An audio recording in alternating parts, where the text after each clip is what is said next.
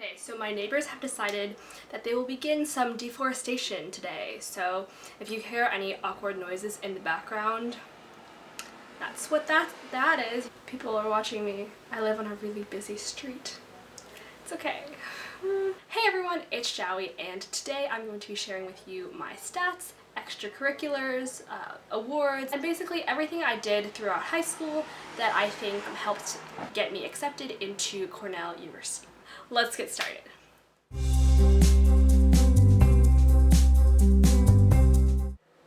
Everyone loves stats because I feel like it's a very quantifiable sort of comparison between like everyone. Time for a little rant about stats. Stats are not everything.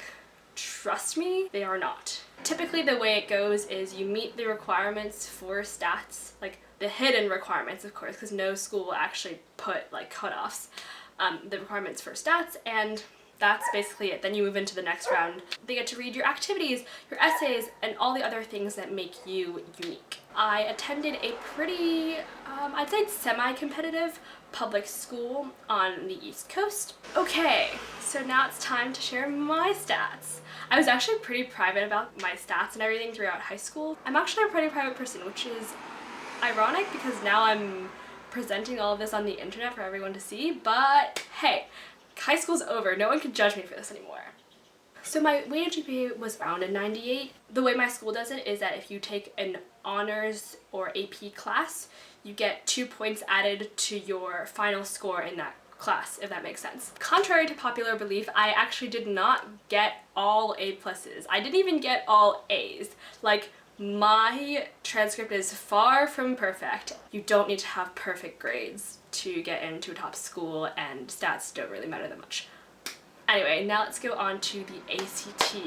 Oh my gosh. People put way too much time and worth into the ACT.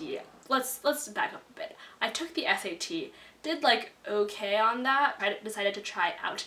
The ACT, my ACT was a combined 34, and if you actually calculated each of the 4 sections, it was a 34.25, and they round up if you have a 34.5, but obviously it gets rounded down if you're 34.25. So the breakdown for my 34 was a 36 on the English section, 34 on the math section, 33 on reading, 34 on science, and then I also took the optional essay, which I think I got like an 8 or 9 on out of 12. Next, for subject tests. So I got an 800 on math level 2, and if you want to learn how to get an 800 as well, you can click the link in the description box down below, and there will probably be a card over somewhere there. On US history, I actually took this test twice because the first time I did so poorly and I don't even want to talk about it, so we're not gonna talk about it.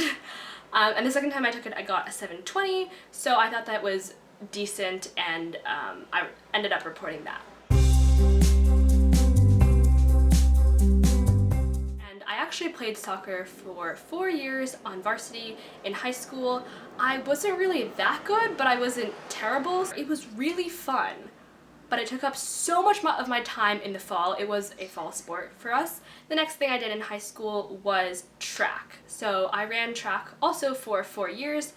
Track was so much fun. Like, I had such a blast. I was a captain my senior year. Track made me try out a lot of new things, and I learned a lot about myself, my abilities, my motivations, and I actually really enjoy running. So for track, I ran in some invitationals and some regional competitions, but I never really won anything substantial or worth including in my Common App. I did not go to states. I did not do national, international running. That was not, no.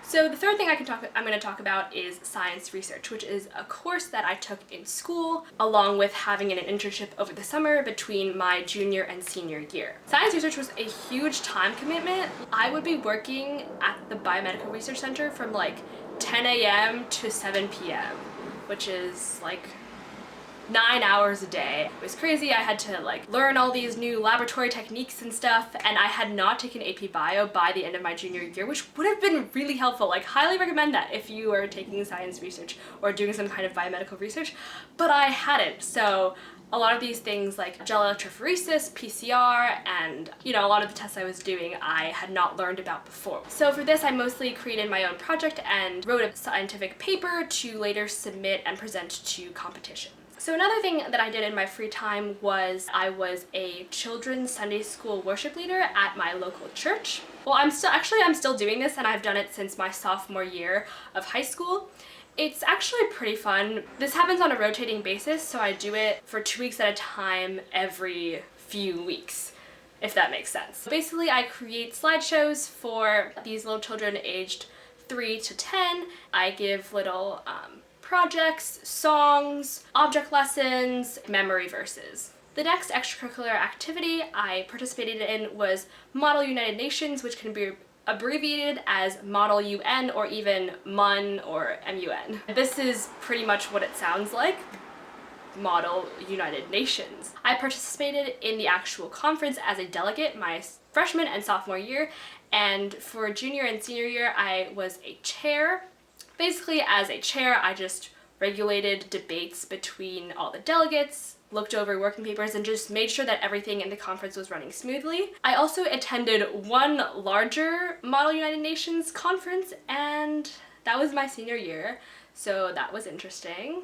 The one that I was a chair for, however, was just like a regional conference with our school and a few other schools. Another big thing that I did was film club, and my friend and I actually revived this during my junior year, and so I was co-president junior year and then president by myself senior year. We either watch or create films. Usually it's more of the creating films part, so there are like some projects. I provide food, and it's just like basic club activities. I was also a part of student union, which is like student government or whatever. I was our senior class treasurer, which meant I had to just go to some meetings every once in a while about what was going on in school and organizing certain events such as prom, our annual Olympics, pep rally, bake sales, and fundraising for school stuff. I was kind of in charge of managing the senior class budget. Oh, I was also supposed to deposit money every once in a while, but I really only did that once from homecoming. Another thing I did in high school was play the flute, and I still kind of do this.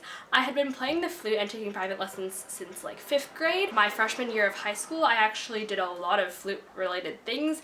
I attended a music conservatory. I played in some regional music groups, but after freshman year, I was extremely busy, I told myself I was. Throughout the rest of high school, I just played in our high school band, pep band for all the football games in the fall, occasionally orchestra if they needed a flute part. So that concludes my video. I hope you guys found it somewhat helpful. If you did, please give it a thumbs up and subscribe to my channel down below. And stay tuned because I'm gonna come out with some more college-related stuff. Also, be sure to watch my last few videos if you haven't done that already, and I'll see you guys in my next video. Bye!